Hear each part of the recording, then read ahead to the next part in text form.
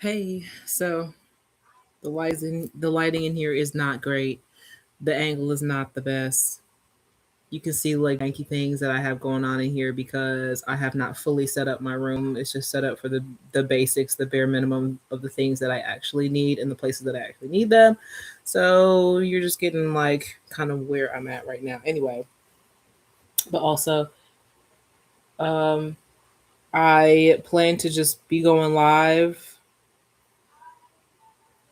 when I want to say stuff. One, because YouTube is the only place I can go live without having a million and one followers because I'm not doing a performance for people. So needing to have that many followers is really not that important to me right now.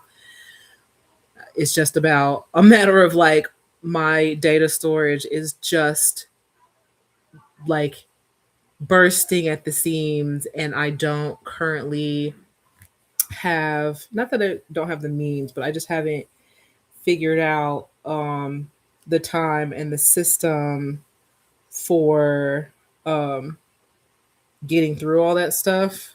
Like I plan to make photo books and kind of get those things out of the way, but then when it comes to like videos and stuff, where I want to actually be posting them at so that they don't get lost, but then they're also just not floating in the nether, right? But also like not taking up valuable space on my active memory and cloud drives and all that because a lot of them are like videos of the kids when they were young. Not that I don't want to see those, but like videos of the kids with their dad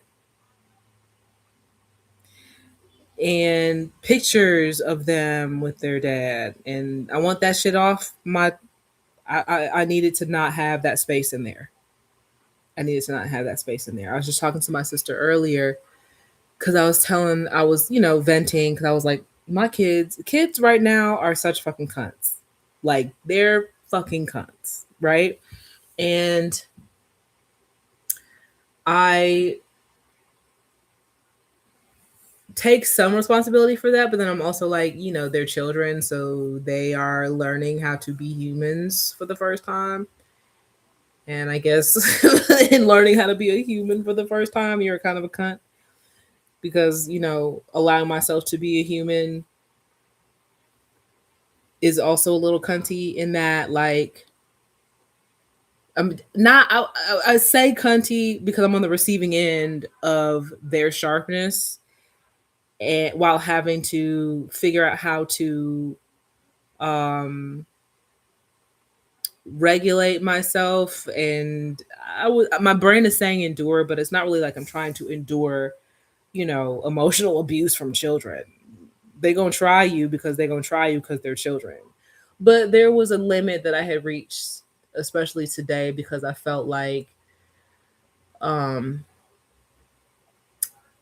they knew that they were taking the jab, saying what they said, right? Like,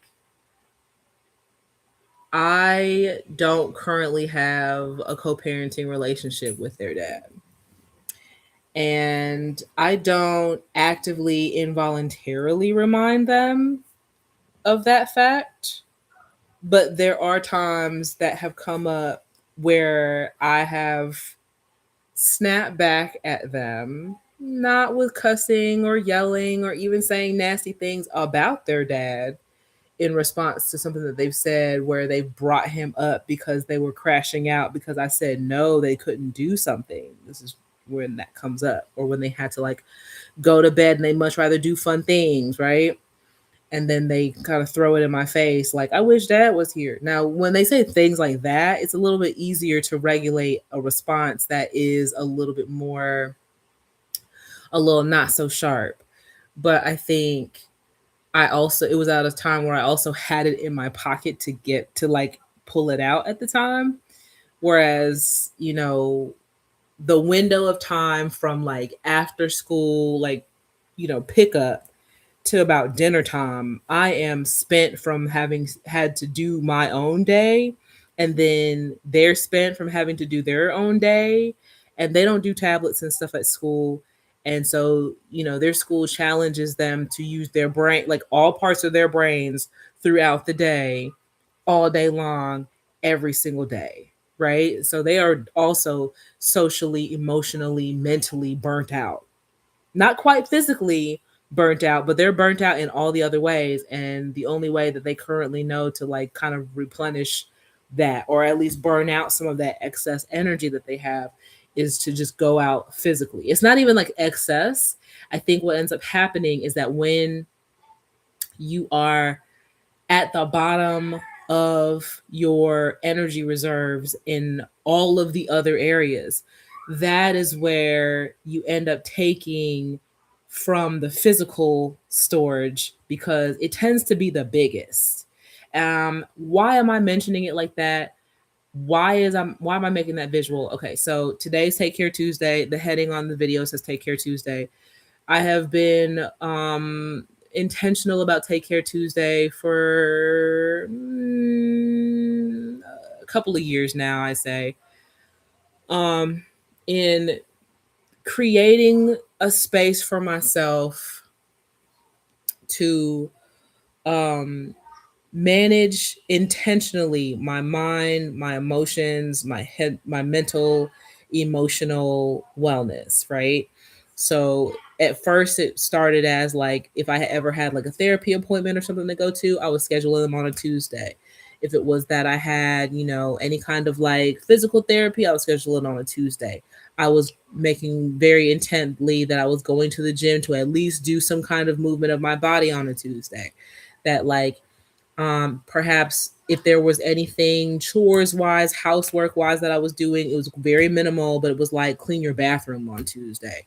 It's like things that, and at the time, I was really just thinking about just taking care of myself, and I wasn't really thinking about it the way I'm thinking about it now, right? For anybody that knows me and that's at this point can attest that I have been like singing the praises of this one particular book called Sacred Rest I read a couple of years ago that has changed my entire point of view in terms of um, understanding the type of rest I need and being aware of when I'm actually depleted and in what areas, right? So this is a book called by Dr. Sandra Dalton.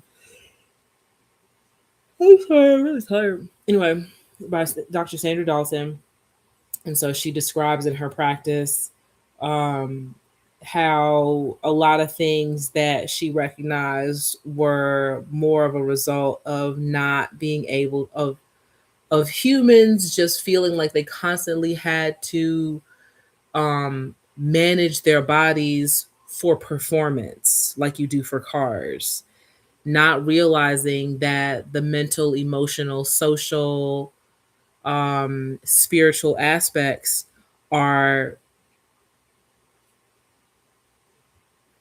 I was going to say, just as important, if not more important, if not the most important, because without those things, when those things are missing and when they're not being replenished, and I call them tanks, I call them tokens, I call them reserves, I call them stores. So if I ever say that, that's kind of, it's all the same thing to me in this context, that like things are going to go awry, right? Like what I found is my mental, spiritual, emotional pieces, if they are not bound up really well, then something is going to be like the other reserves will be siphoned basically, right? That other, it will siphon the energy that is stored up for those other things. Right now, if you think about like, so in the book it talks about one, two, three, four, seven,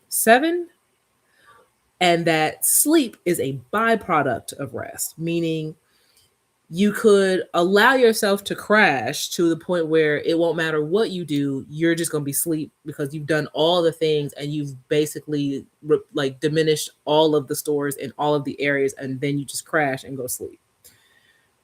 And then you think like, but then all you think like, oh, it takes me so long to go to sleep, and I wake up and I'm still tired, but like I'm getting enough sleep.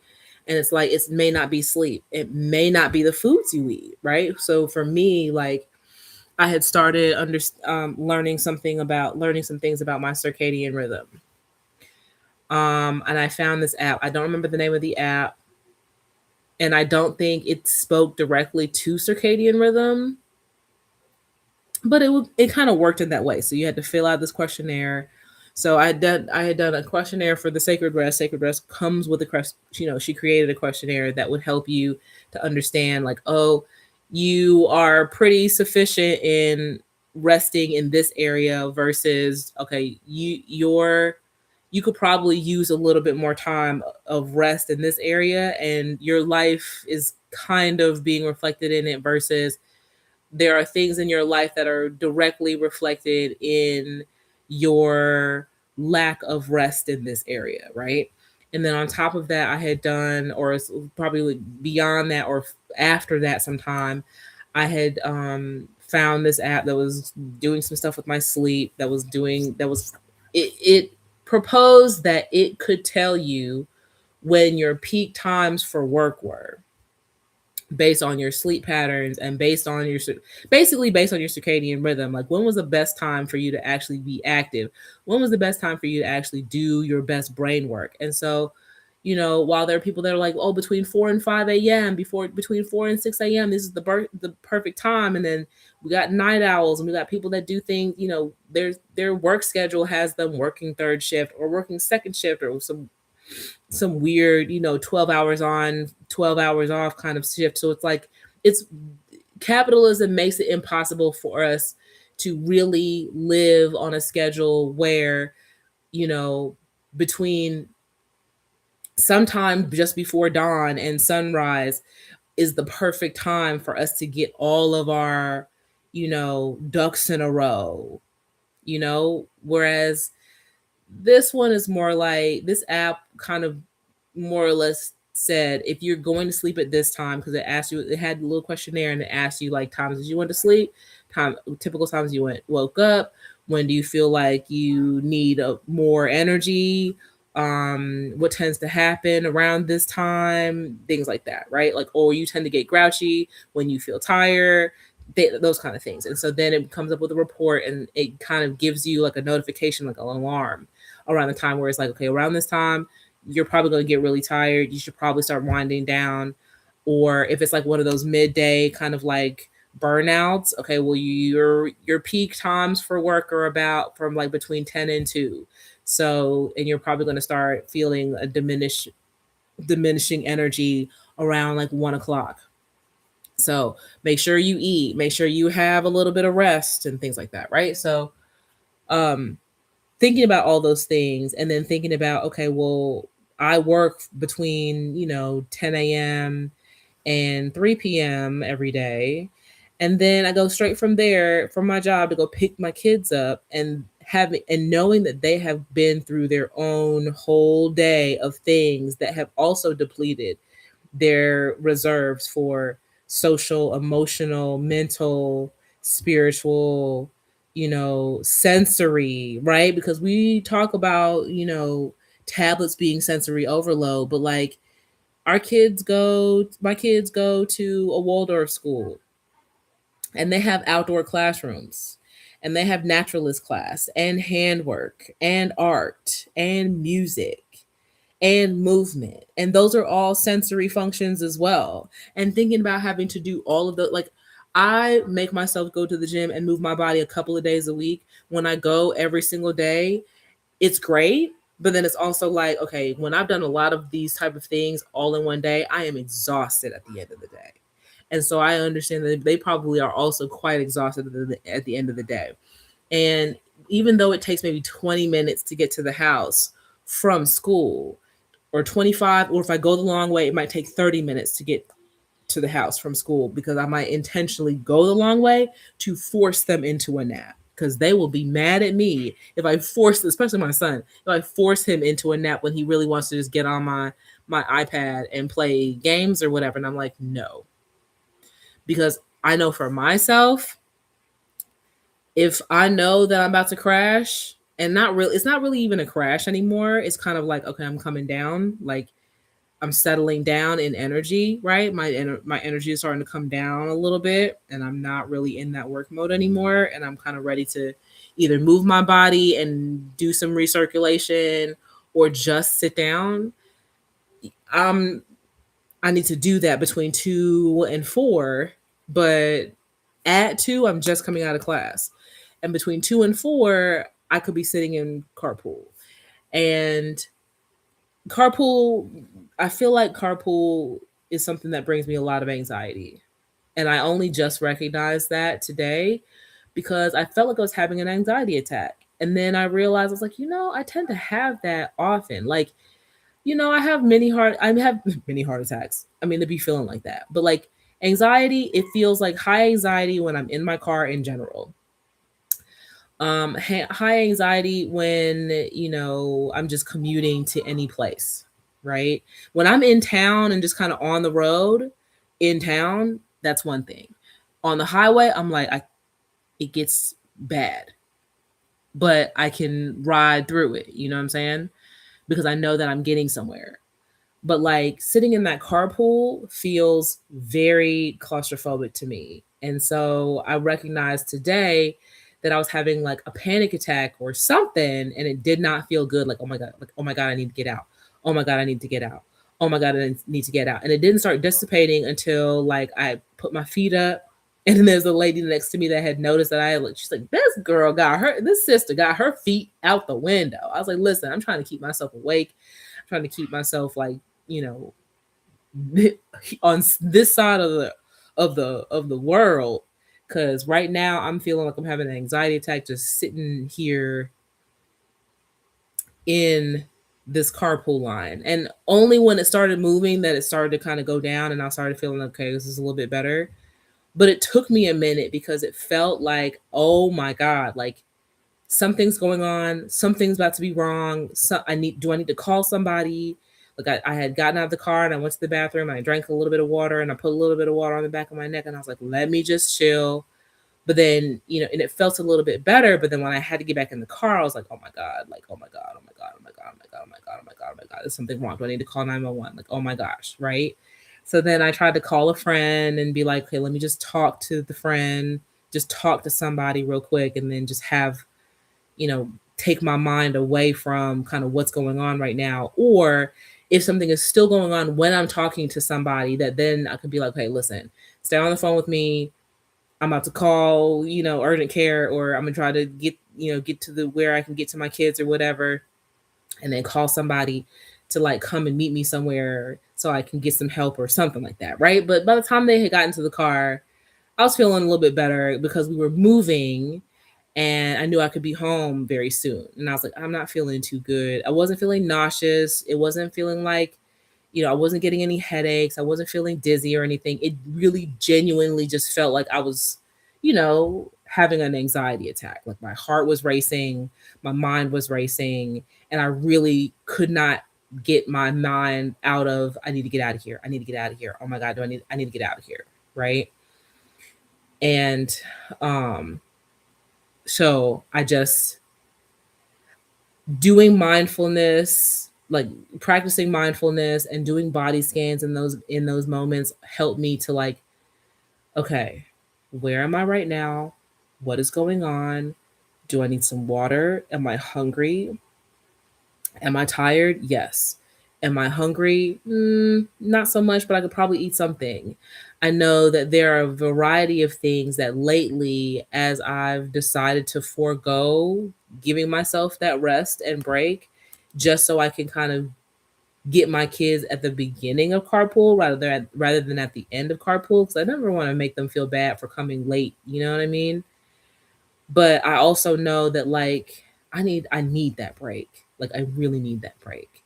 And so what came to me was that, maybe I'll just wait to the very like show up early, but then pull over to the side and give myself some rest, give myself a little break, like get out of the car, walk around. Now I could do that when I'm early enough in the carpool, but it really gives me high anxiety, the idea of not being able to get out if something were to happen and I'd be stuck in between cars and not be able to like turn around and get out. You know what I'm saying? Like those were the things that were kind of going on in my mind that I was like, I need to be able to like have a way out. So, and it doesn't usually it does happen often enough when I'm in those lines, but if I get through the line and it's already moving, or if I'm very close to the front of the line, I'm not as anxious, right?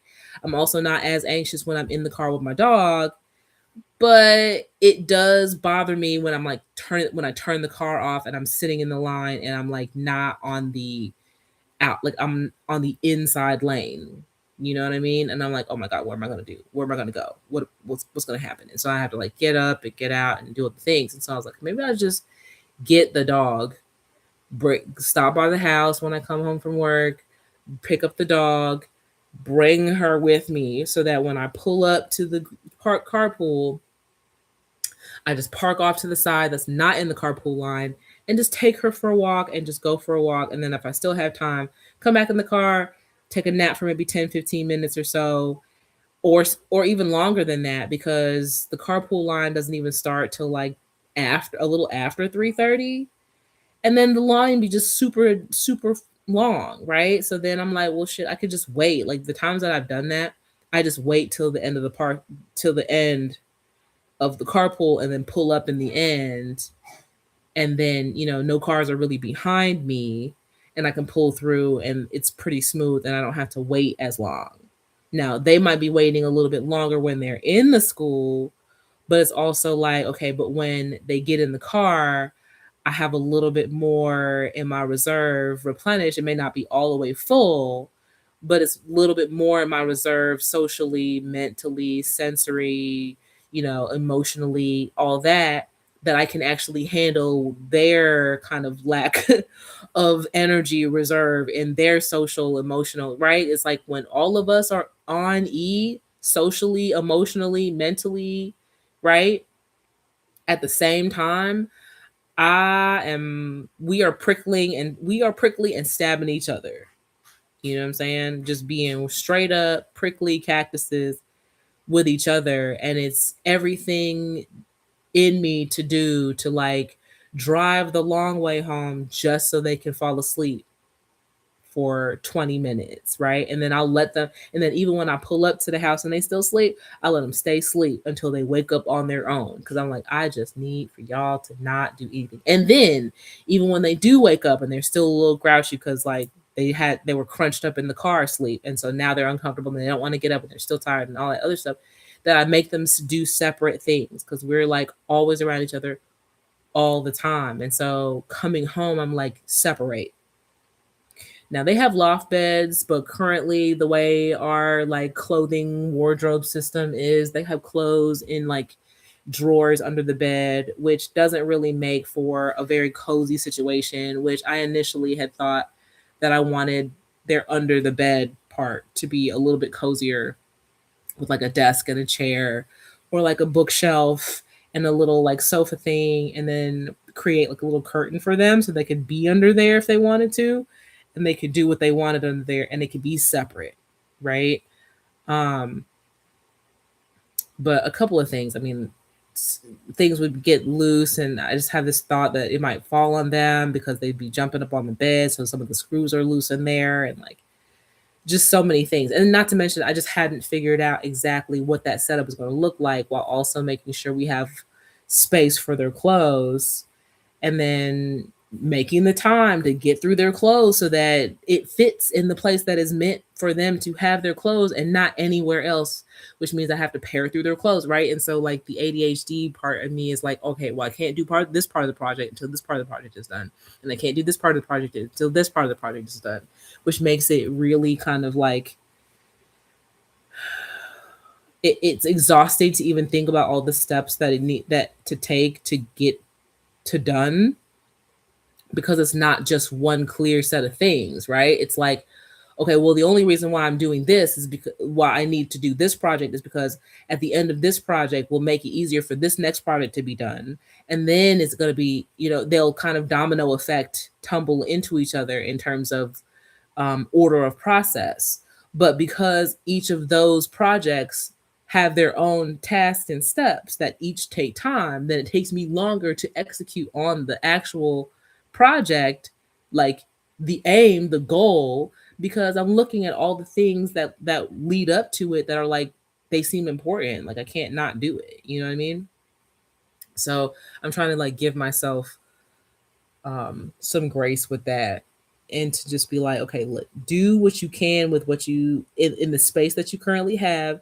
It's not to say that you don't have a goal in mind. You can still stay in that goal, but is there something that you can do that in the bare minimum still will lend itself to what it is that you're aiming toward, that will give you some satisfaction right now? And my occupational therapist has given me this, and she has said this, right? And I didn't want to feel like I was settling for something, because, again, I think it's my hyper focus part of my mind that wants to stay in that hyper focus mode because of how long it takes for me to even get into the focus. That if I have to do any changing, and like that kind of level of mental agility sometimes gets lost on me, because it feels defeating that it takes so long for me to get in the mode and ramp into getting into deep focus. Whereas if I'm being real and comparing myself to somebody else that seems to have more focus than me, they seem to have more focus than me, and they can get the shit done quickly, and they don't even need to write the shit down. They can just get it done. You know what I mean? And it feels like, oh my God, I'm behind. Oh my God, something's wrong with me. Oh my God, oh my God, oh my God. When really it's just like, no, there are levels of acceptance and satisfaction that you can make within some of the things that you are doing for yourself, that you can have the goal, and then you can do the things in segments, and they are as done as the segment allows, but it still reminds you of the doneness that you would like to have, and it not just be yet another unfinished project. I think there may be some opportunities here, like in the future, once I gain a little bit more traction on my channel, that it will show that, like, more practically and more explicitly what I mean by that.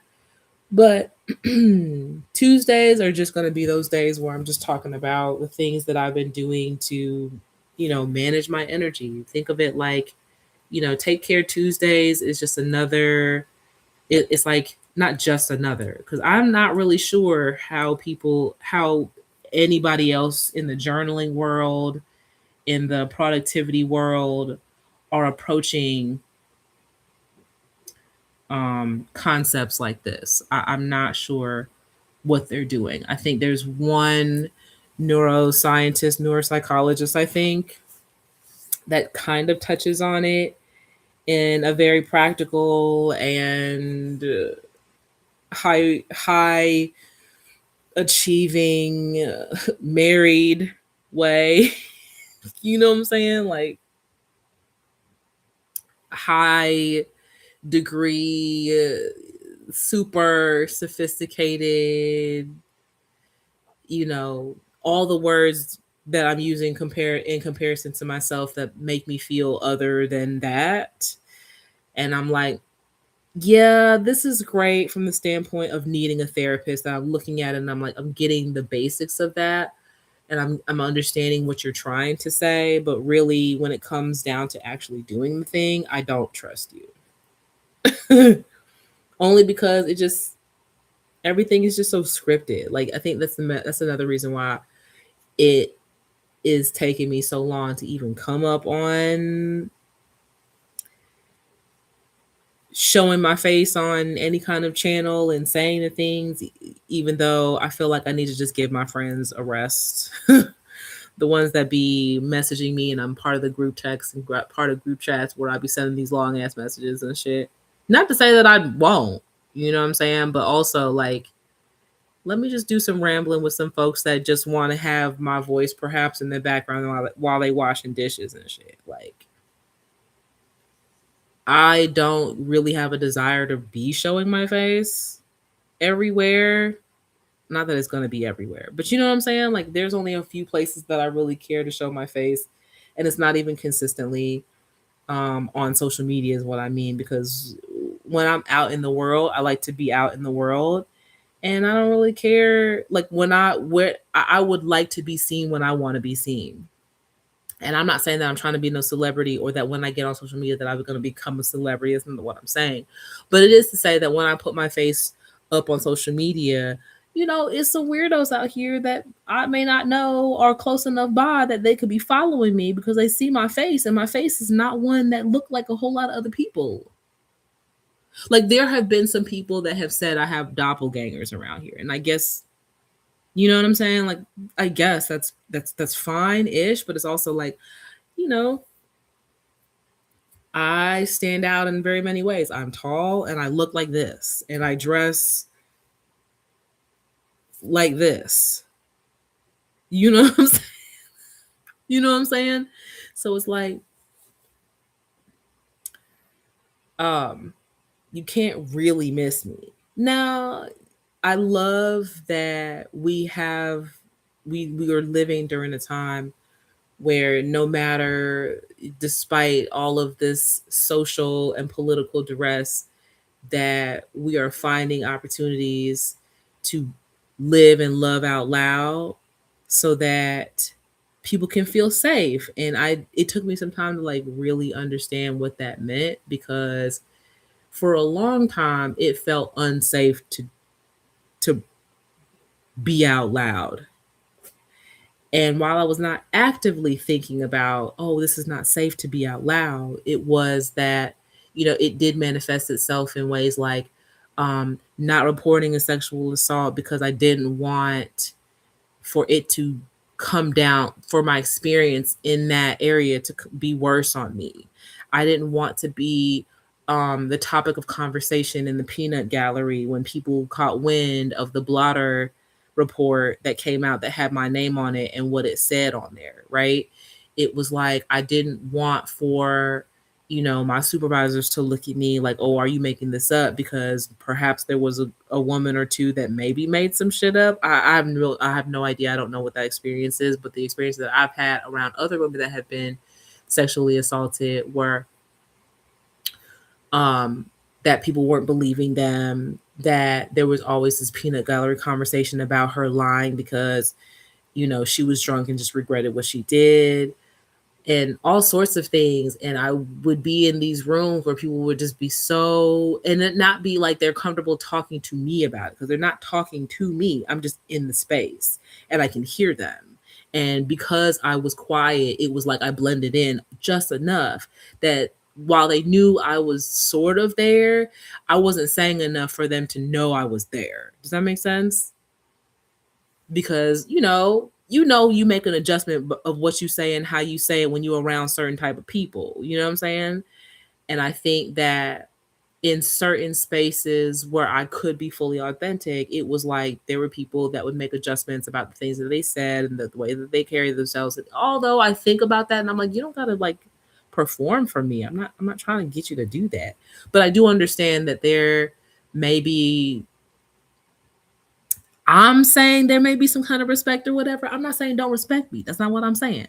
But I am saying that like trying to reframe the idea that people will make an adjustment to maybe not do things that they would do around maybe their more ratchet or cruddy friends, because they don't necessarily view me as that kind of friend. Because I'm not. I mean, I've done some cruddy shit with my cruddy crew. You know what I'm saying? Do some ratchet shit with my friends. I'll be doing that, but not to the point where I'm never gonna be that friend that's gonna do anything that's gonna land you or I in jail together, unless it's like some real activism type shit, and that's what we on. You know what I mean? But even then, I wouldn't. And I guess because now I'm a parent. Like maybe if I wasn't a mom, I probably would do that because I was definitely the dare girl. You know what I'm saying? You gonna dare us to go skinny dipping? Listen, I'm the first one. I done already draw a trial, so I don't even know why you waiting on it. Why you waiting on getting permission to do the shit? I'm already in the pool with no clothes on. That's me, right? Um, but in certain other areas, you wouldn't know that. You would just think I don't know what you would think. I really don't know because I only like to be in areas where I could be fully authentic and I could be that. You know what I mean? And I don't think because it's only, I don't know. I just, that's just what I carry. That's the way I care to carry myself. Um, but yeah, like I just felt like being quiet was safe for me because I never wanted to be a part. I never wanted to be the subject of those type of conversations. And so I just didn't say anything. You know what I mean? Like I just never wanted to be a part of that. I never thought of myself as being that. Like whether it was true or not, it was like nobody cared to ask a question. Nobody cared to ask her what was really going on. I mean, I was always curious to know what was going on, but then I was also like, I don't know that person for me to be going up to them and be like, oh, I heard somebody talking about you. Well, let me know what was going on for real. Like, I mean, I probably do it now, but I mean, back then I wasn't trying to like go and, dig and be a detective and ask these people these questions, try to get to the source. Although I definitely had the desire to be like, I don't want to gossip with you. Cause y'all tend to be so misinformed into this thing that I now call cum swapping, where it's like you just getting some trash and then you just spewing that trash amongst your own people. Nobody's actually getting, outside wise counsel to like mix into what information they have so that everybody can be informed while they having the conversation if they must have the conversation. Because we're communal people, right? Like we want to have the conversation.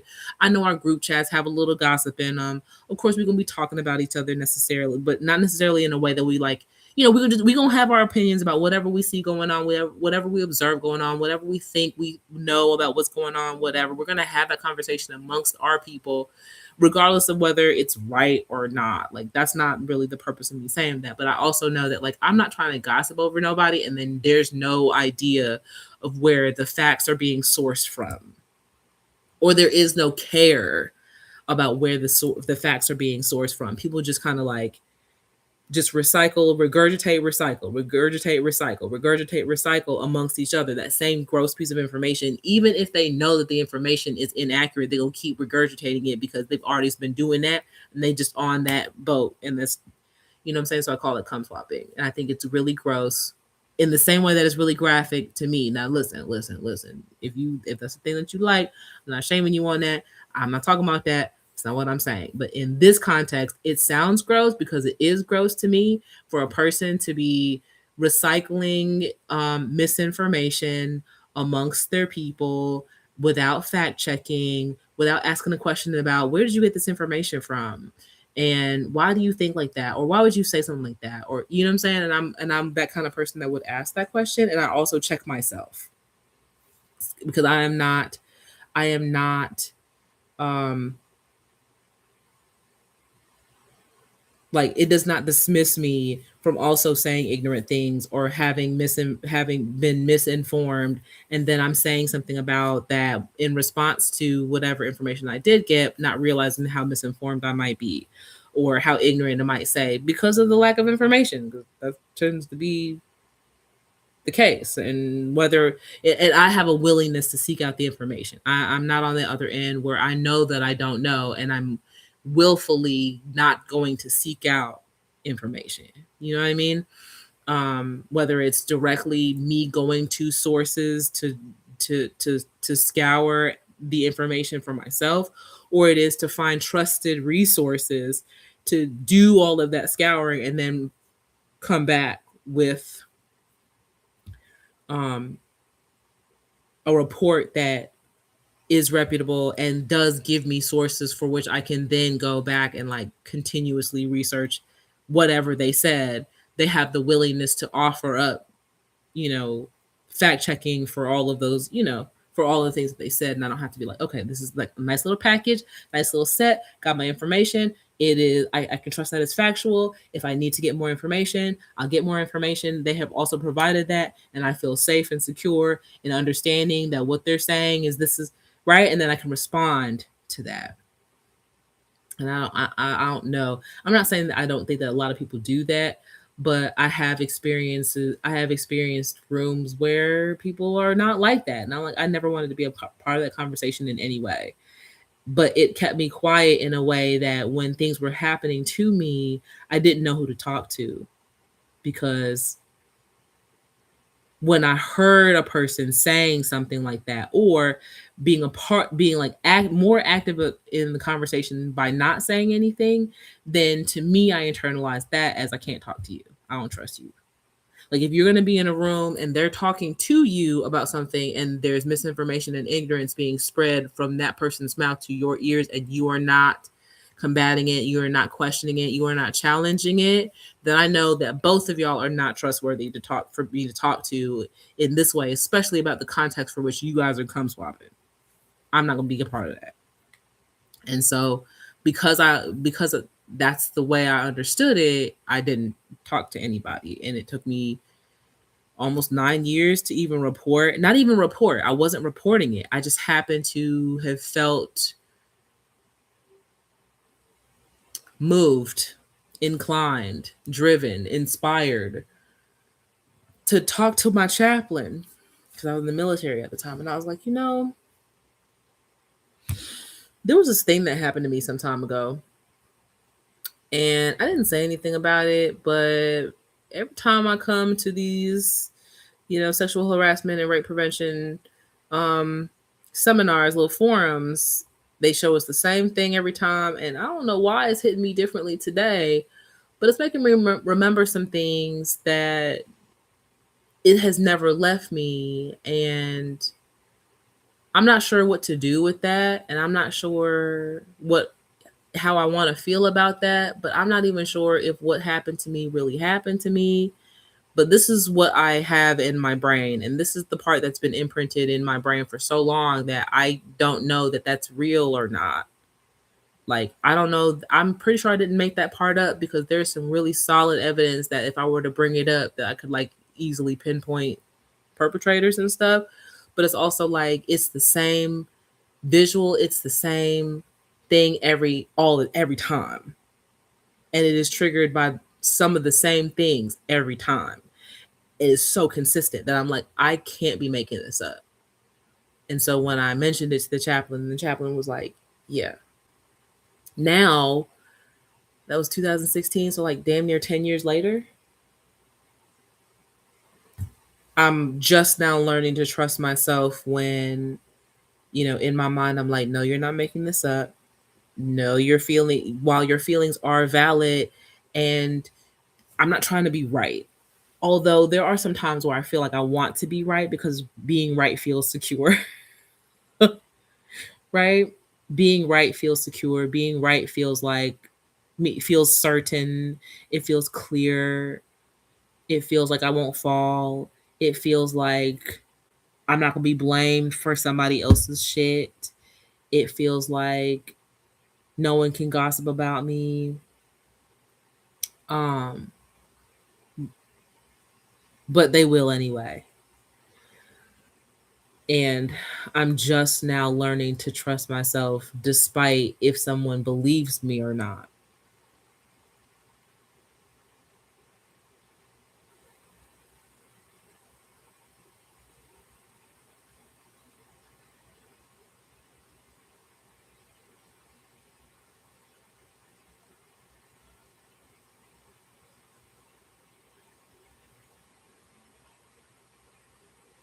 Because I know that I'm not somebody that seeks attention. I'm not somebody that needs for people to be looking at me all the time. I'm not somebody that feels like I'm not a dog and pony show person. I am not somebody that's going to perform on command. I am not somebody that's like, listen, you going to hear it come out of my mouth very often. This ain't no dog and pony show, because it really is not. Right? I don't perform on command. I don't do shit just for shits and giggles. Well, I do, but not for the sake of clout. I'm not a clout chaser. I'm not one of those people. If I'm going to do something, I'm going to do it genuinely, and that's just who I am. And if I'm not going to do it, then I'm not going to do it. I have met a couple of people like that, and it seems really aggravating. But then when I think about it, and I think about it when I think about it for myself, I'm like, nah, but that's a real solid boundary to have, like that you're not going to perform for anybody. And that first, it feels bad at first when I'm thinking about it, because that's me enforcing my boundaries in a way that I'd never enforced my boundaries before, because saying no was hard. it kind of stems from me having a fear of being quiet, right? Or like not a fear of being quiet, but I have a fear of speaking up, and saying no was part of that, right? Saying no sounded like was like me speaking up in a way that had me fearful that this person was going to retaliate negatively, whether it was to gossip negatively about me, to say something bad about me, to make me feel like I was being a bad person, to attack me, and to make my physical safety, to jeopardize my physical safety, besides emotional safety and mental safety, that like maybe I was going to be, physically harmed in some way. And so it made me afraid to even hold to a boundary where I could allow myself to say no. You know what I mean? And saying no was just really, really hard. And I mean, where was I going with that? Like, I guess thinking about trusting myself and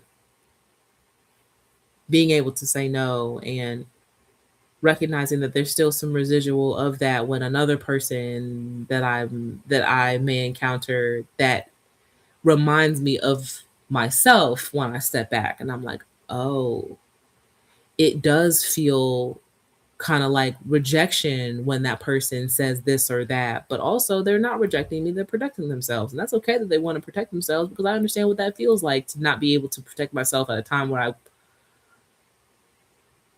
needed protection. Why am I saying all these things? This is Take Care Tuesday. So I'm really just thinking about how to protect my mind, protect my own peace, what those boundaries are looking like now, It's been 10 years since I started my wellness journey. 10 years. Maybe not to the day. It's 2026 though. So it's like almost, oh, actually, I guess the anniversary of the choice that choice that I made, I guess, is coming in a few months. Um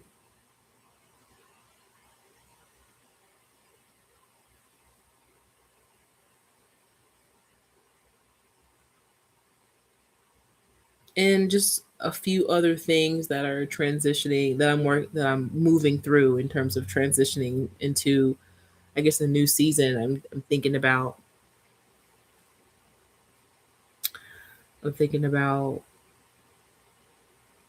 the parts of me that I'm actually letting go now, right? Like,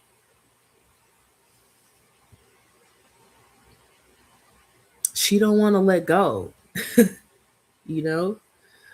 But I have to be reminded that, like, you brought me a long way, mama. Like, it's time. It's not that you're gonna die and I'm gonna forget about all the things that you did for me and thinking about my old self. It's just, this is a new version, this is a new season, this is a new environment, and we don't need you to respond in this environment in the way that had to respond to survive in those previous environments, right? Like, we don't need you to do that. But maybe you can, but maybe you are, you know, your skills are better used in a different capacity, right? And I think that it's helpful.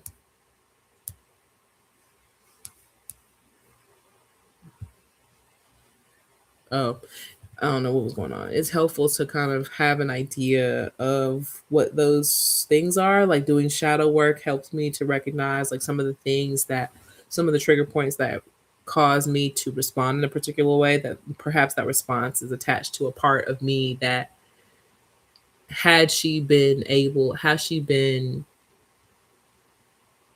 allowed to just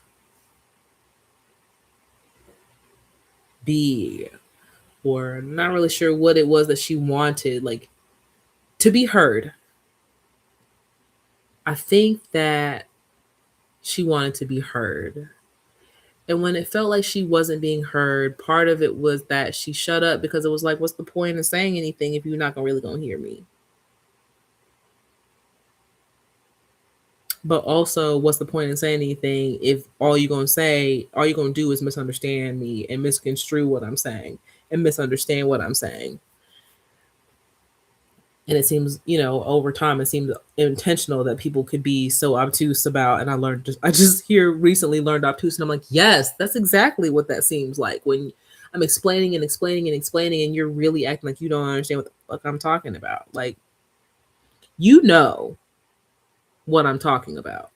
And if you don't know what I'm talking about, for the people that I communicate with now, that if they are really not clear about what I'm saying and while I'm talking, which can easily be a thing, right? Because I just be talking sometimes, and I be rambling sometimes. That if they don't understand, they're gonna tell me that they don't understand. They're gonna tell me, well, "Wait, back up. What did you say?" Or they're gonna be like, "Hold on, let's go to that one thing that you just said. Like, what did you mean by that?" Or, you know what I'm saying? Give me some more context for whatever you mean by that. Usually it's, what do you mean by that? If they don't understand the thing that I'm saying while I'm saying it, they're gonna be like, what do you mean by that? Hold on, back up, back up, back up. Say that part again. I don't know if I understood that. Okay, what do you mean by that? And if the person that I'm talking to is not responding to me and communicating with me like that, in the way that it shows to me also that they don't understand, then it's like, oh no, you're intentionally not understanding. Like, you're playing like you don't understand because you like for me to waste my breath to try to like explain to you, and that becomes an over performance that you get a kick out of, because that's kind of like, you know, what I have described as like the same thing as like the juggling, and not like necessarily clown juggling things, but kind of the juggling when you're talking about like gaming. I will have like lots of gaming analogies, right?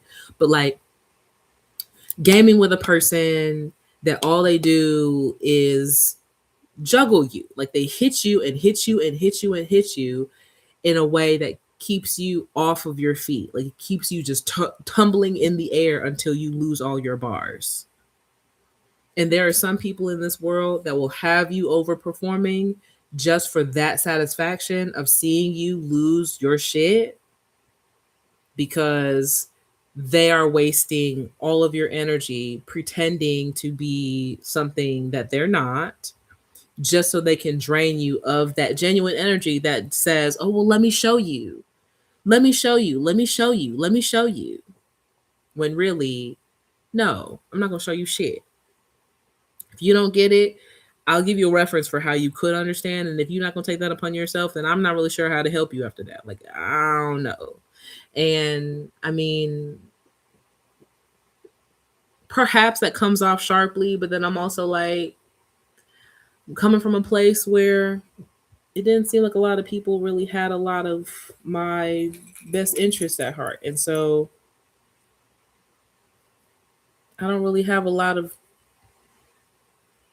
patience to want to give them grace for not understanding me. I don't, whatever. Whatever. Well, but now I've been really good at managing my energy. Better, not really good. I don't know if it's really good. I know that I've been better at managing my energy, in that, I have a worksheet, like I created a worksheet for that, where I'm tracking, okay, I did these things today and it cost me this much in this type of energy, in my social energy, in my mental energy, in my spiritual energy, like, whatever. And especially today, because I was just feeling really like, oh my gosh, that it seemed to take more out of me than usual. And I was just like, okay, I need to figure out how to access a safe space so that I could recharge and refresh and restore and just allow myself to just sit down, right? Usually I'd go to the gym. I didn't go to the gym today. I came straight to the house and I was like, I just need to lay down. I need to just chill out. I need to not have to deal with my children fighting and bickering. I need y'all to separate. I need y'all to do this and that, but I didn't have it in my pocket to, well, I did. I had it in my pocket to say those things and I said them, but they were definitely a little sharper than that. Now, not word wise, like I said it like that. I said those words, but it definitely had an irritated twang to it. Way more irritated than the sound that I make than the tone that I'm taking right now, right? Like, y'all need to separate. Now, I'm not cussing at them either, but kind of really being firm with them and sharp with them about needing them to separate because I'm tired and I'm burnt out. And I've been practicing using kind of the energy tokens out loud when I communicate with them because then they can understand, like, oh, mom's out of tokens and she needs to refresh, she needs to restore. And it means that she needs to do some things to kind of get that back up so that when she talks to us, she's not a prickly bitch.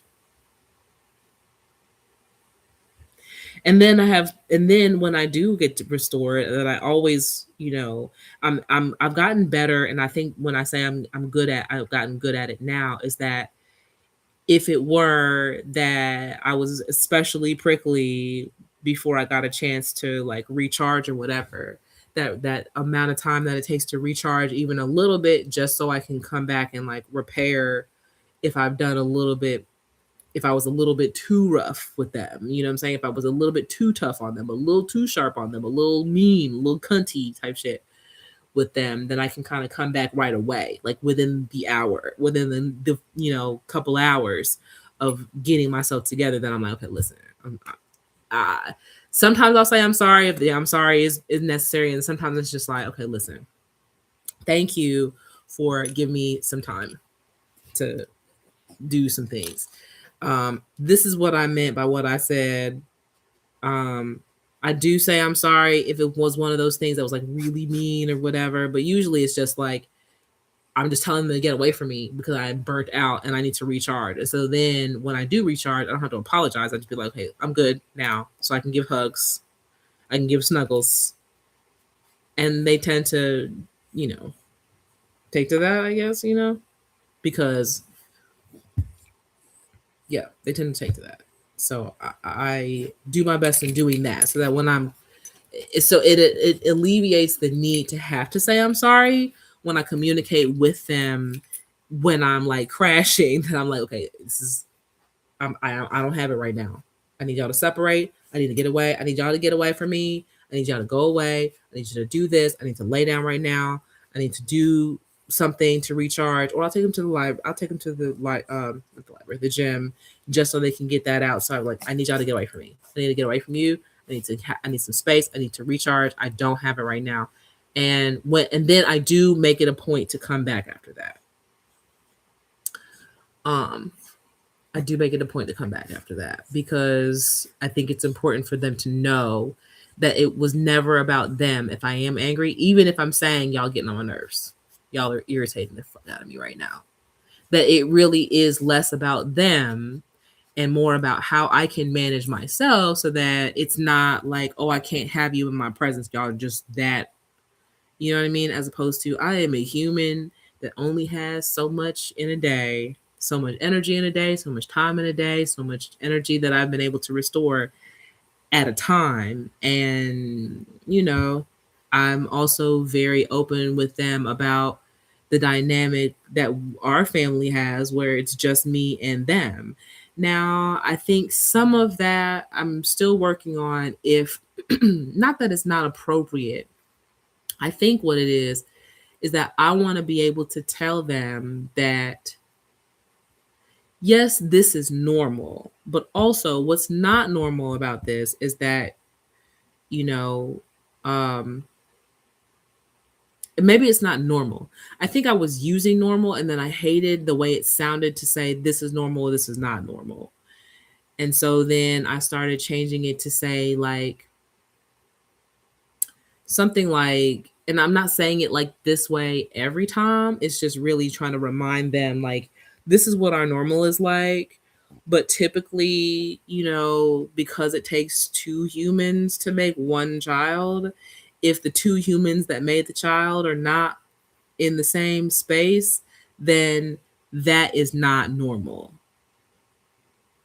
Right? Like Not necessarily in the same house together, because it's easier to have a conversation where two parents are active from wherever they're active from, but both of them are active. So there is a united front on how to stay active in these kids' lives, and they communicate with each other. So it's easy to communicate with the kids about what's going on between them for why they have to do maybe separate things or whatever. But when you don't have that with the other parent, then it makes it hard to try to explain what's going on with the other partner, the other parent, because the other parent is supposed to be the partner in taking care of the kids. And I remember having this conversation with my sister about like not being willing to hold that side up. Like, it's enough to be able to hold my side up, and my side has his side and my side on it. Like, my side has his responsibilities and my responsibilities on it. What are his responsibilities versus my responsibilities? It's just double down on the responsibilities that I currently have, that is supposed to, and it's probably even more so because I have two kids, right? So the responsibilities that I would have to take care of two kids with a partner is like quadruple, because not only am I taking care of two kids by myself, I'm taking care of two kids. Taking care of two kids is that I'm taking care of two kids by myself, and not all by myself. I have a really great support system. I have a really great, you know, um, support and group of people that are willing to help. It's just, what's unfortunate is that their dad is unwilling to, because of the story that he tells about why he's not around. And the choice that he made was a clear choice that he made, that I felt like it's not for me to do anything more than to let them know that I answer all the questions that they want to ask me. I don't leave anything out. My phone still had my Google Photos still brings up pictures of them together, because they're pictures that I took. So of course it'll be in my phone. You know what I mean? So pictures and videos and any kind of sound that has them, it has his likeness in it, have not been deleted, although I'd like to archive them in a way that removes them from being pulled up in memory so much, because I am constantly reminded of not only the void that he left in my kids, but the choices that he made that led up to the void that he decided to leave. And from what it seems like, the story that he wants to tell about why he decided to stay gone, when it's really like, I got receipts for how the way I responded to all of that, and it didn't seem like it was that much of a me thing. Like, when I decided to set boundaries about the way I was willing to communicate with him after we separated, it felt bad to me. And then it felt even worse because, of course, he had so many negative things to say, and how I was trying to be this bitter baby mama, and that I was trying to keep him from his kids and do all that. And I'm like, no, I've never tried to do that. I've never said I was going to do that. I'm not really sure. I don't have I mean, I have some visuals for what bitter baby mamas for me look like. I'm not sure what they look like for you, but I'm not bitter. I don't want you back. I don't want to be nowhere near you. And that's fine if you ain't trying to be over here, because I don't really have to see your ass. I really am not trying to do that. But also, you have kids. And if you don't want to take care of them because you feel like you have to go through me, and going through me is a problem because you don't, I make you turn flips because I'm telling you, you need to accommodate my time when it comes to talking to the kids. So instead, he goes to like talk to my mom, or try to go to my mom. And because I've said, no, you can't talk to her. If we don't have anything appointed by the judge that says that that's an okay thing that you can do, I want you to stop trying to call my family to try to make arrangements with our kids that you seem to not be able to have with me, because I'm not letting you do just anything. I'm not going to just say yes. Whereas perhaps when you go to my mother, who is not going to do a confrontation by any, you know what I'm saying, that you're going to go through her, and then she's more than likely going to say yes if she could say yes.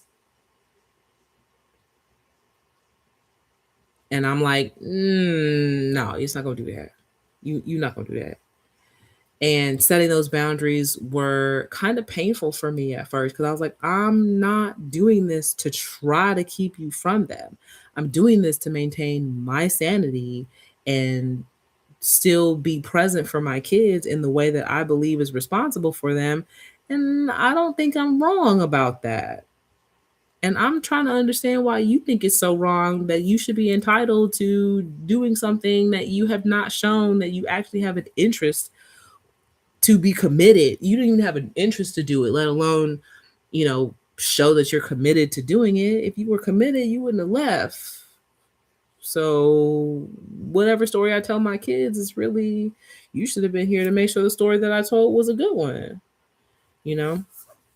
But I think that when it comes, and I'm saying all of those things to say that now that I've recognized all of what it takes to be me in this season, in this life experience that I have to be very intentional about how my energy is getting spent. And if it includes not allowing myself to be drained by somebody who only has ever, in my entire experience with them, ever drained my energy and sanity completely just by making everything about him and making everything about a show that he could put on, that like that's just what I'm going to do. I don't want to talk to you. Now that I have distance from you, I want to keep this distance long. I want to keep this distance very long. And yeah, you probably gonna have to do a couple of flips. You probably gonna have to turn a couple of flips if you feel like you want to have a relationship with your kids. Because one thing I'm not gonna do is just drop them off with you, and they don't have a clue who you are. They don't know like how you live in, and then I'm gonna tell them that you don't want me to have any kind of like.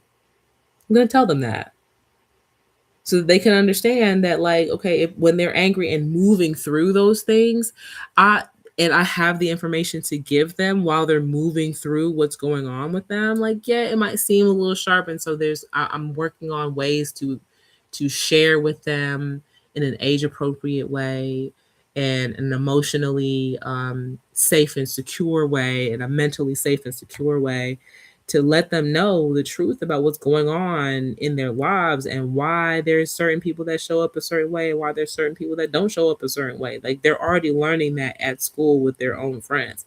So to have them understand what that looks like with adults that they're living with, and then being an advisor to teens, and recognizing that like there are teens that are currently living a similar experience as me and my kids are. And when I hear them talking about what's happening between their families with having an absent parent and having a present parent, and what that present parent may not be saying about the absent parent, and what they kind of glean from having an absent parent, what they think about that absent parent, right? They are not adults. They're not adults yet, necessarily.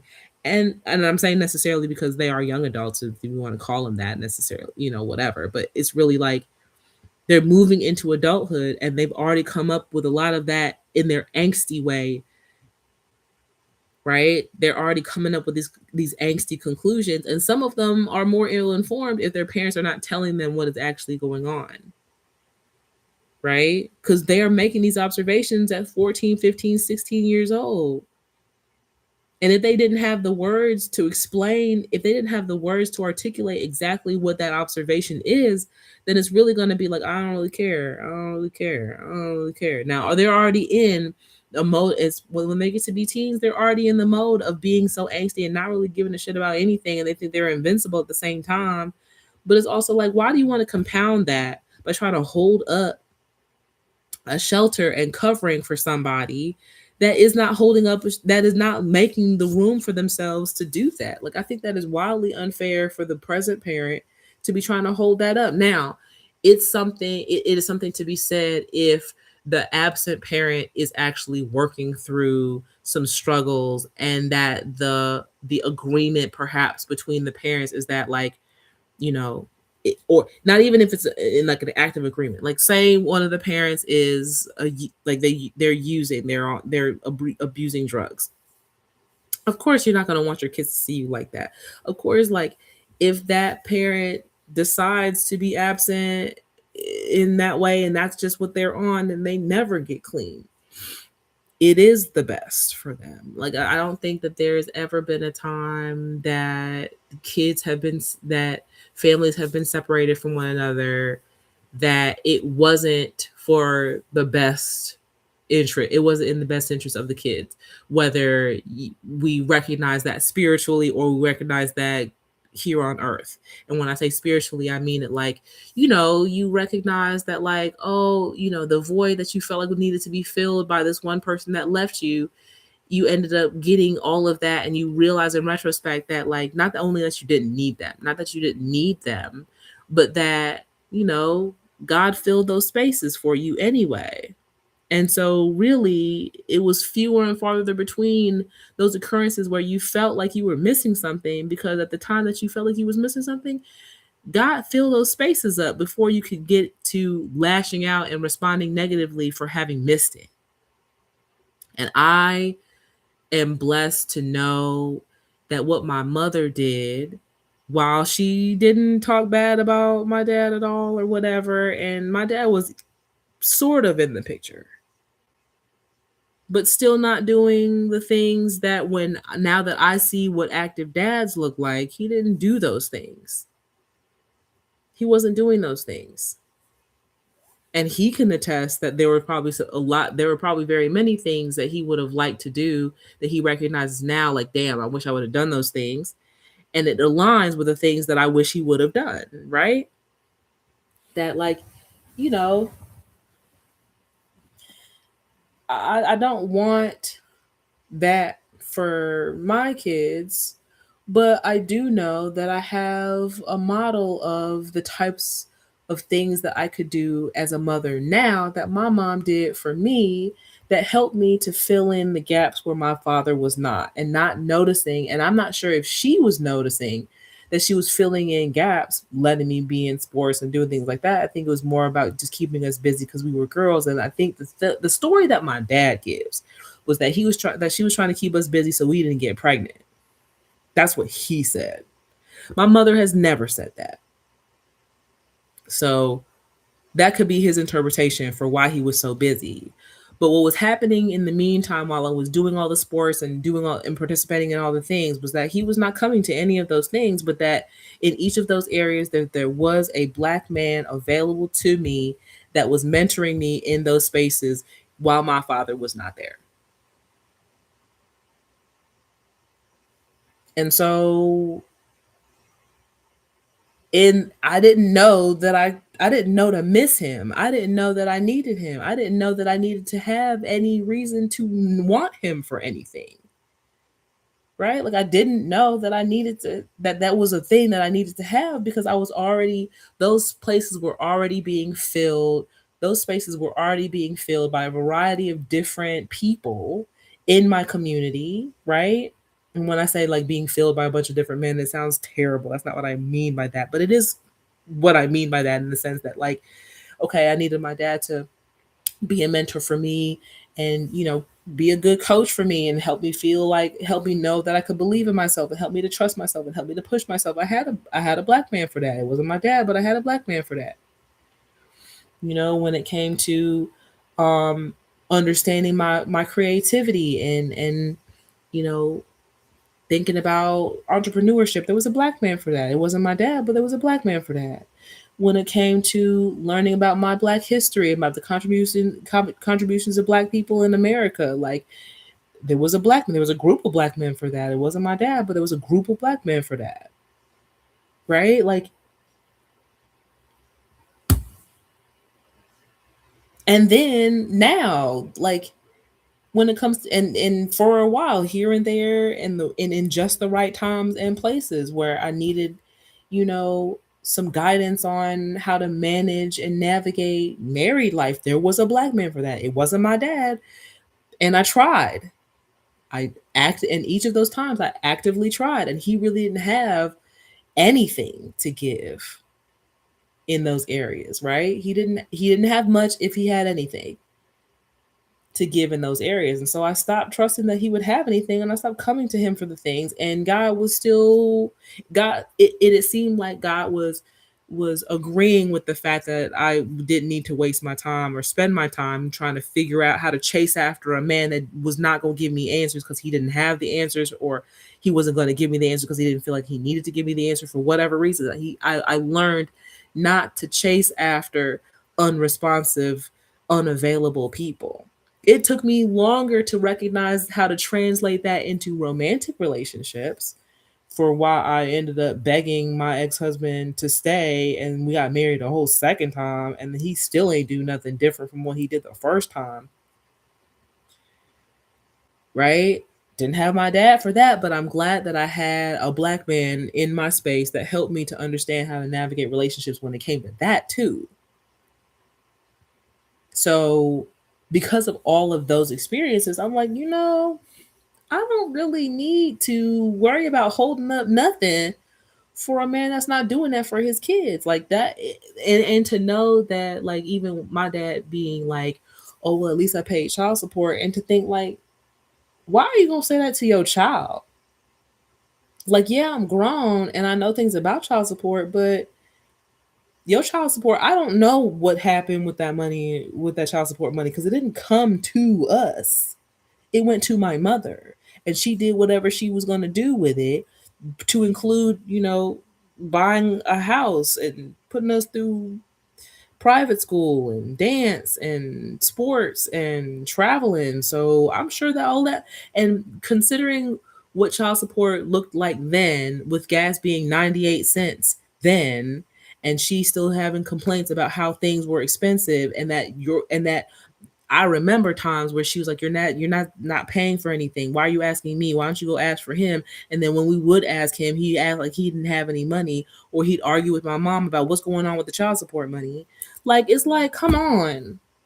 Do you really think that whatever contributions you were making with child support was really going to take up for whatever space that you weren't filling when you didn't have the money to pay for it? Because that's like the easiest thing. If you ain't trying to pay child support, you need to get active. And I see that. I see that now as an adult, watching my kids play sports and watching dads show up consistently. And I'm like, oh, that's all you had to do. You could be doing your work sitting right here. Now, granted, we didn't have computers that you could sit on your lap while the kids played sports. We didn't have cell phones that you could sit on and like occupy your time. I mean, you could have read an actual paperback book. You could have had a sandwich. You could have run, done some workout of your own. Very few things, because we were not growing up with the kind of technology that we have right now. And even still, I'm referencing some men that when we out there at practice, and we watching our kids, these men are not on their phones. Or if they are on their phone, it's very rare that they're on their phones. They're like zoned in, watching for 90 minutes to 2 hours, maybe 3 hours. Sometimes our practices are, and they will be in it the whole time. So it's like, even in technology, these people understand the value in not just showing up, but to be active, like present. Like, let me show you that I'm supporting you. Let me show you that I'm here. Let me let you know that I'm here. I'm not going anywhere. And it's kind of annoying sometimes, but then I'm also like, that ain't got nothing to do with me, and that's what I would need for my child. I would want my child to feel supported by seeing me there, and to see me be active with them there. My kids constantly are asking me to do the things that help that were like active with them. Like when I was working at the gym. They love that. They want me to be their teacher, because at least then I was active with them. When it comes to like taking them certain places, and they don't really mind as much if I'm not active with them, like trampoline parks and shit. But there are more times where they go places and they want me to join in with them, and I'm trying to restore my energy from the last thing that I was doing, that was trying to make sure that my kids were okay financially, emotionally, spiritually, and to know that I have to do that and fill my own tank at the same time. And then there aren't very many people, if there are people at all, that are doing that for me. Or I could only get so much in the environments that I'm in, and I'm not trying to siphon other people's energy while we're supposed to be at work. So selfish. Now, I know some people that would do that, But I'm like, I'm not trying to be a burden to anybody. I'm not trying to siphon energy in an inappropriate way when I'm trying to work. Just so, I mean, energy budgeting. That's really all the things that go into energy budgeting.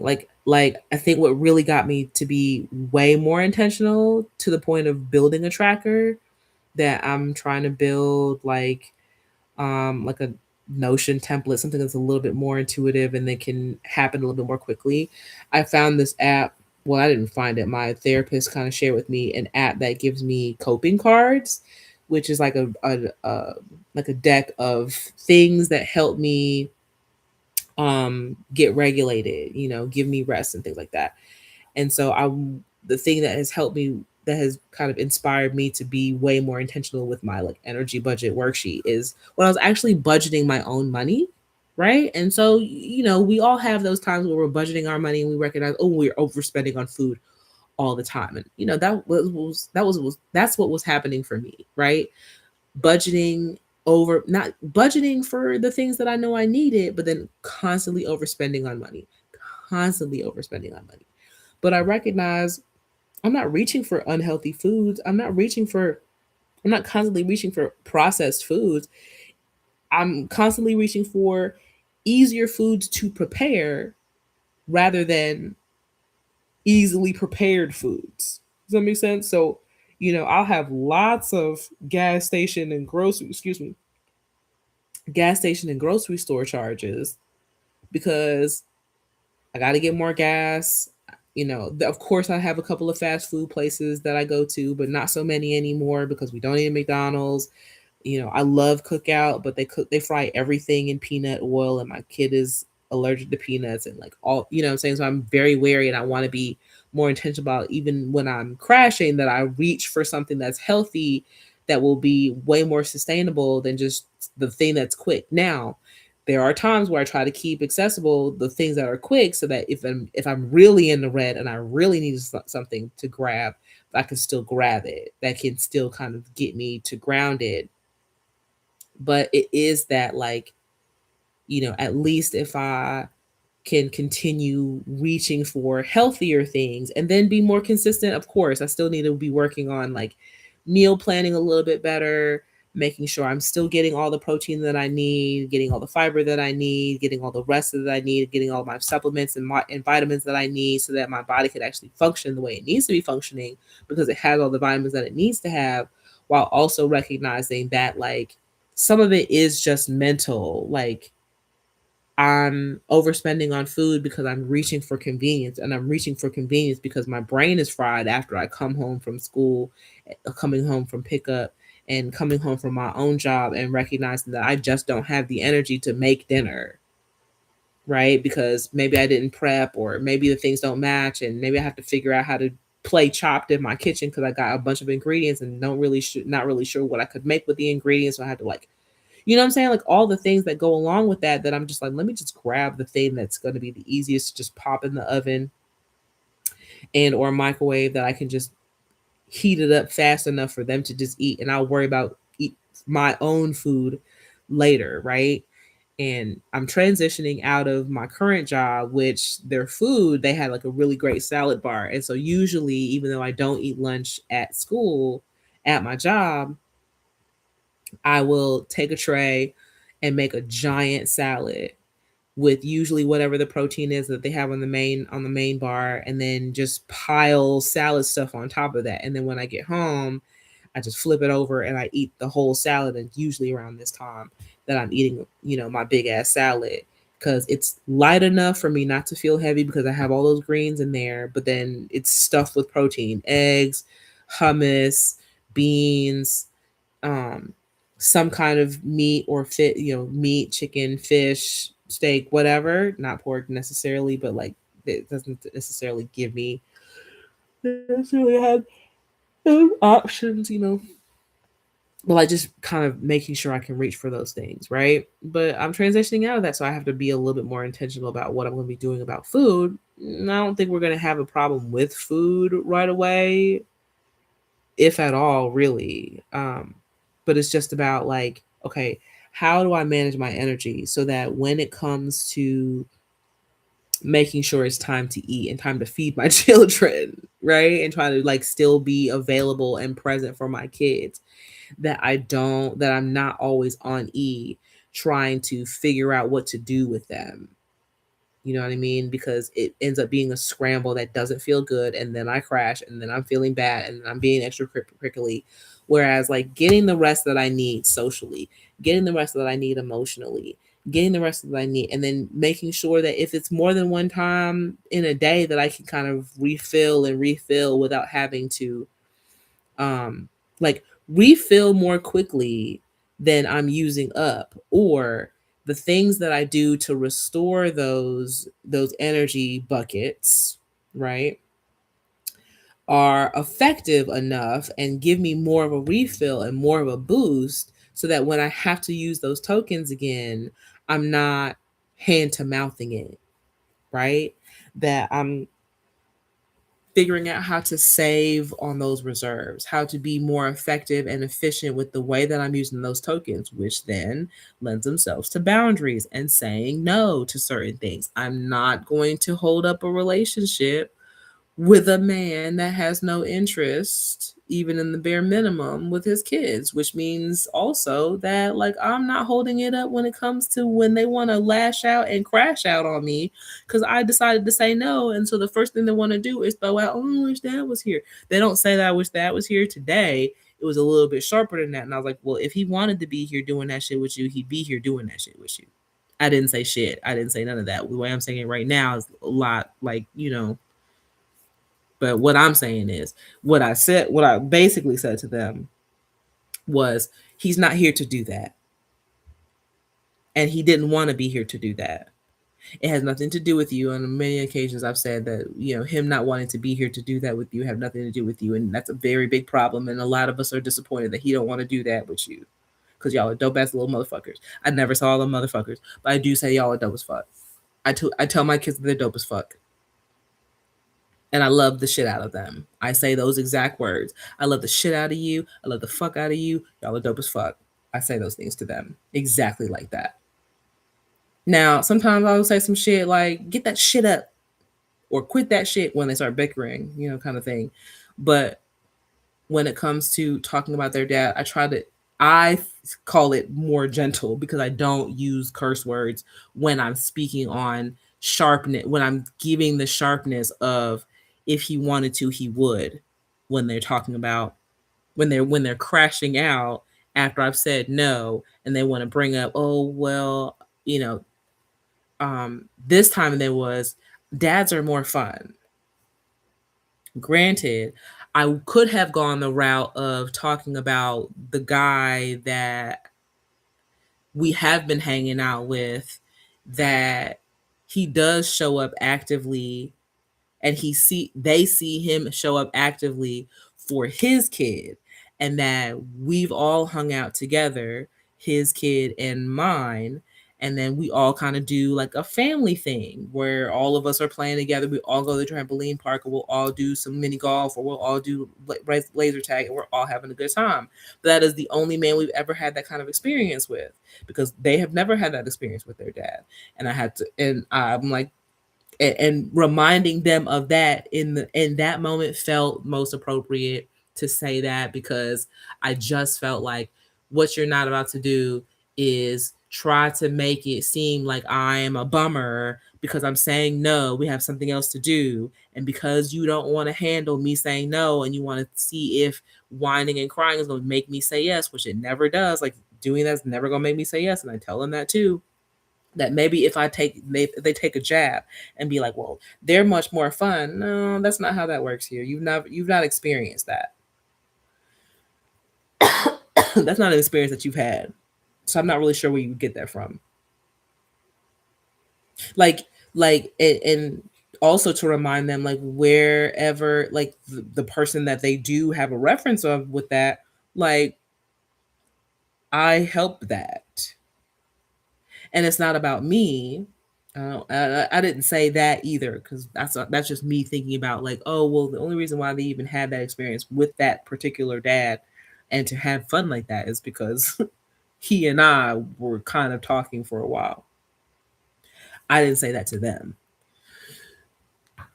What I did say was that like you've not had that kind of experience. You've not had that experience to really be able to say that. And the person that you would hope to do that so that you could feel like they're doing fun things, he's never done that with you. And I don't remember the rest of it now that I'm thinking about it. It was sharp because when I said it to my sister, when I told my sister what I said, she was like, "You that was a little sharp," and I was like, "Fuck, you right. I didn't have that. I didn't." And then she gave me a thing to say, and I was like, I didn't have that in my pocket at the time. I mean, I was burnt out, and I told her all the things. And I was like, "That's not. I'm not saying it to excuse my behavior at all. I just didn't have that in my pocket at the time, and I really feel like it's really unfair for me to even have a thing to say in that regard. And of course, she clarified and kind of let me know, like, that's not what I'm saying. Like, you're not bringing that up. And I'm like, yeah, no, I understand what you're saying. But I'm also saying that the main reason why I have no interest in saying anything that's even gentle in regards to when they bring that up is because that man is never around. That man is never around. And you can keep mentioning him as if he does anything in your life at all, but he don't. And you need to know that he's not doing that. That the pictures that I took are pictures that I took.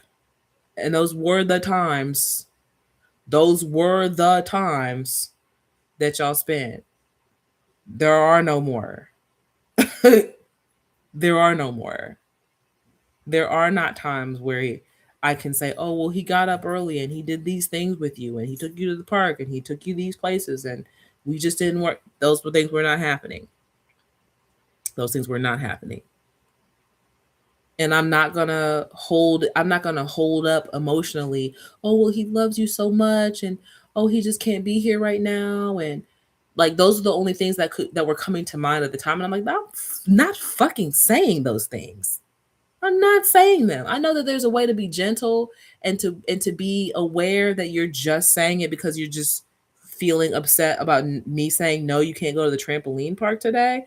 But also, like what I do have in my pocket right now is a fuck you. Not I don't say that to my children, but you know what I'm saying? Like, nah, this man don't show up for you.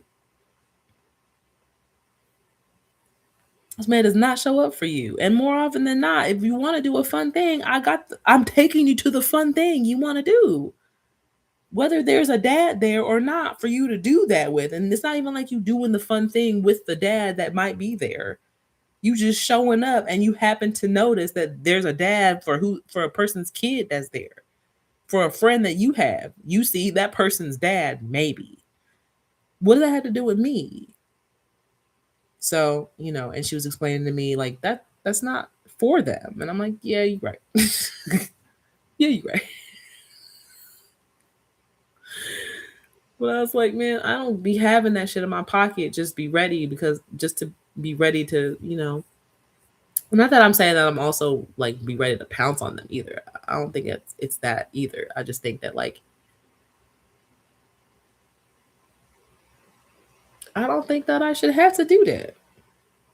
I don't think I'll ever be in a space to being gentle with my kid about why their dad's not around. I do answer the questions that they have. I do let them know the great things that they had that are within them that came from their dad so that they when they're looking for things to latch on to in terms of identity that they don't have to feel like I'm the only source of identity that they have to latch on to, or that some stranger that is not their dad is somebody that they have to consider latching on to, and or that there's nothing about their dad that is good that's within them if they know that it was me and their dad that made them. You know what I'm saying? Because we had that conversation about where babies came from and how they came to be and who their dad, you know what I'm saying? They're making those connections. So it's like, of course, I'm going to let you know that your dad was my favorite person. And like, all of those things. And I'm probably starting to repeat myself at this point, but getting back around and touching some points that I had maybe said earlier, just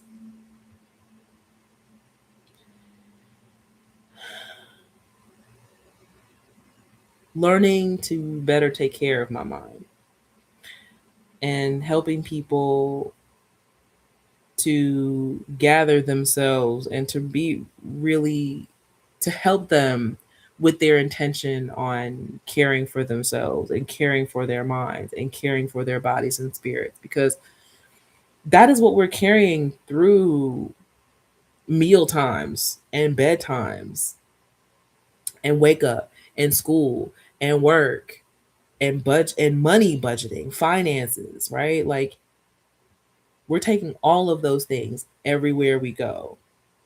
And it's just,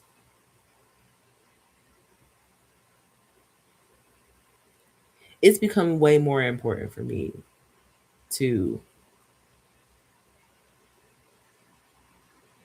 be aware of how to do that in my life. I want to be here till I get old. I want to see my kids get older. I want to be like like my grandma, right? Where she's getting to see her great grandkids grow up. Like, I want to see that at least. You know what I'm saying? Like, her dad died at 102 or something like that. That would be dope to be able to live to 102. But I also recognize that, when he was growing up, all the way up to when he turned 102, internet wasn't what it was. Technology wasn't, he wasn't doing technology like that where he at, where he's from in St. Lucia. Like, you know what I'm saying? It wasn't like that for him. And technology kind of takes that from us. This kind of connection to the organics of life, right? And but also I think that I'm trying to use technology to help me to be, my brain is wanting to say appendage and prosthetic at the same time. But like, not something that's attached to me, but is something that is supplemental to me, because, my organic self is flawed. It is wildly inefficient at best. Like, I can use technology to help me streamline, to help me smooth some kinks out, to help me build systems that actually work so that my organic mind can just move into it without having to feel like, oh, I'm crashing. Oh, I don't have enough energy. Oh my God, am I going to die? Like, you know?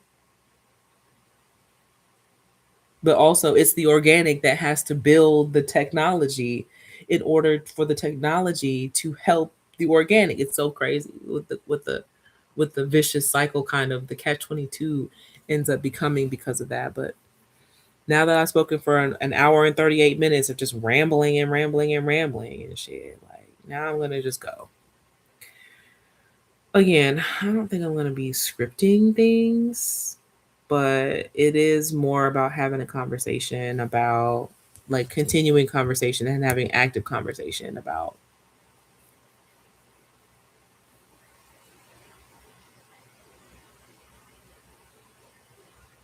how we moving through this life, you know?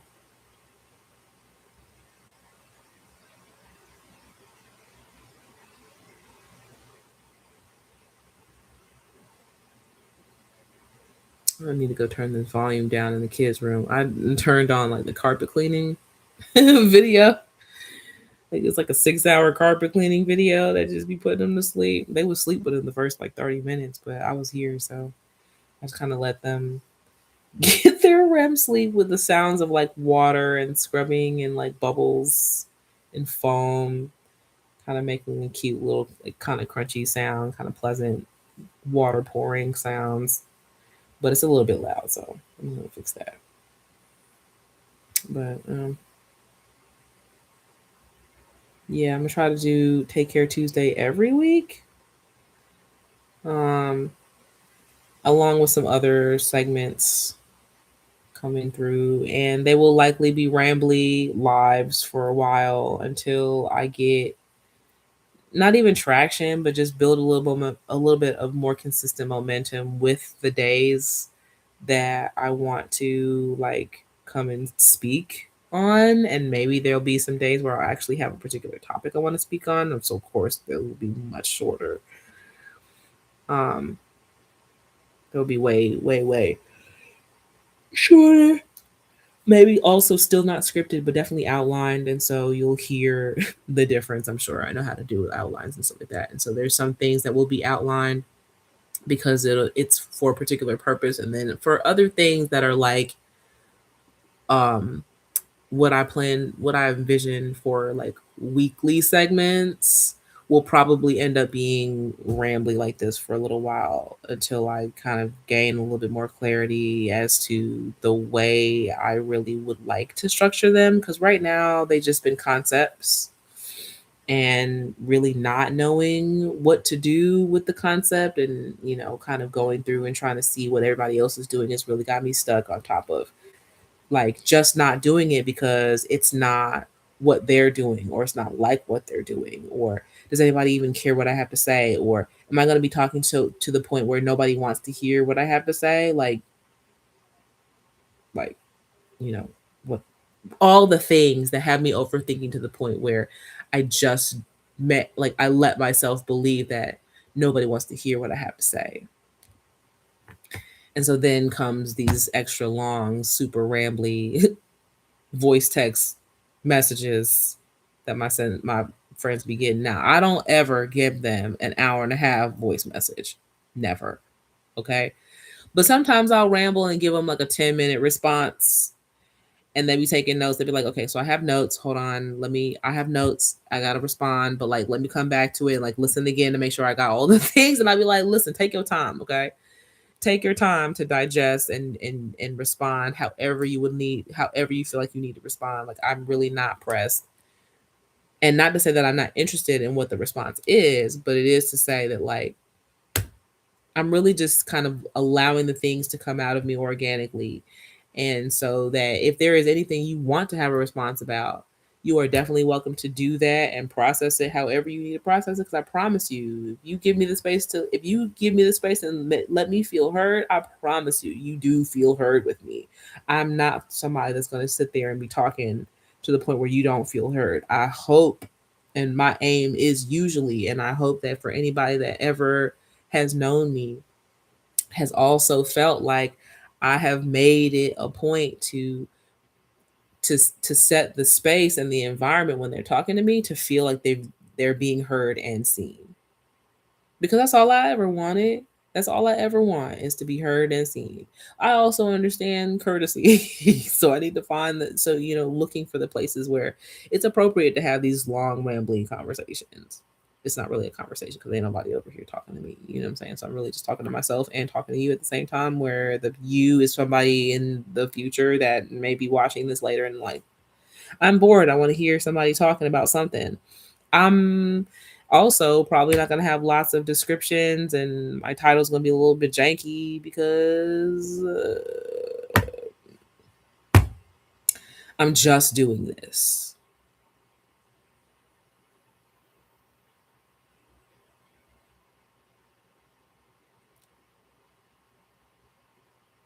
And it's the only way that I can not ruminate on the things I could pick apart about the video and the way I could say the different ways I could say this thing and you know editing and clipping and splicing and you know all that other shit like just do it. It's going to be a messy, it's going to be sloppy, it's going to be janky.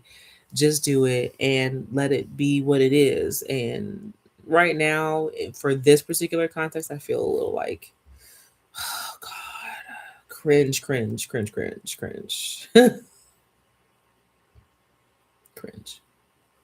I'm feeling cringy. So my videos are probably gonna be super cringy. But I'm getting sleepy and I could ramble even more until I actually fall asleep and then stop saying. And then the things that I'm saying are gonna make less sense and have less connections. So I'm gonna go ahead and like quit while I'm ahead. But yeah, I'll have like a sign in and sign off kind of like thing going on. I feel like I want to have one of those too. Yeah, soon come. Soon come. Till then. Bye.